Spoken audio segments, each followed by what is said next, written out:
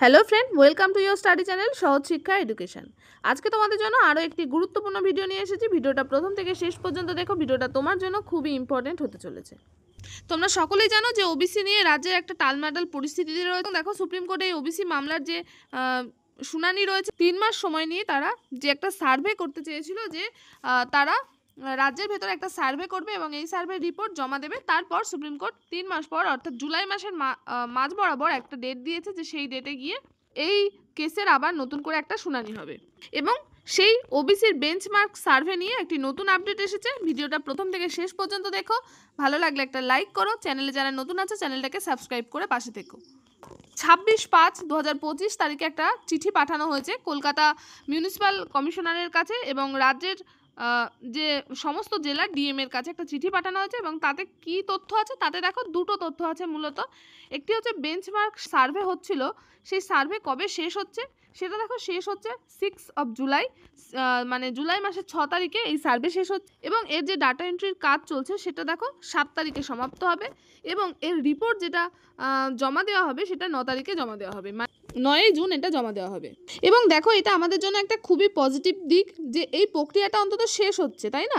আমরা তো ভেবেছিলাম যে এই প্রক্রিয়াটা আরও বেশি ডিলে হবে, কিন্তু দেখো এই প্রক্রিয়াটা শেষ হচ্ছে। এবং 3 মাস পর যে সুপ্রিম কোর্ট আমাদের যে সময় দিয়েছে, 3 মাস পর যে হিয়ারিং হবে, আশা করি সেই হিয়ারিংয়ের দিন একটা সদুত্তর পাওয়া যাবে।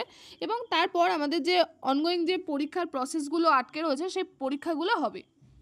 এবং দেখো, দ্বিতীয় নাম্বার পয়েন্টে কি আছে, যে স্টেট লিস্টে যে 7টি কমিউনিটিকে ওবিসি তালিকার অন্তর্ভুক্ত করা হয়েছে, তো সে সম্বন্ধেও এই চিঠিতে লেখা আছে।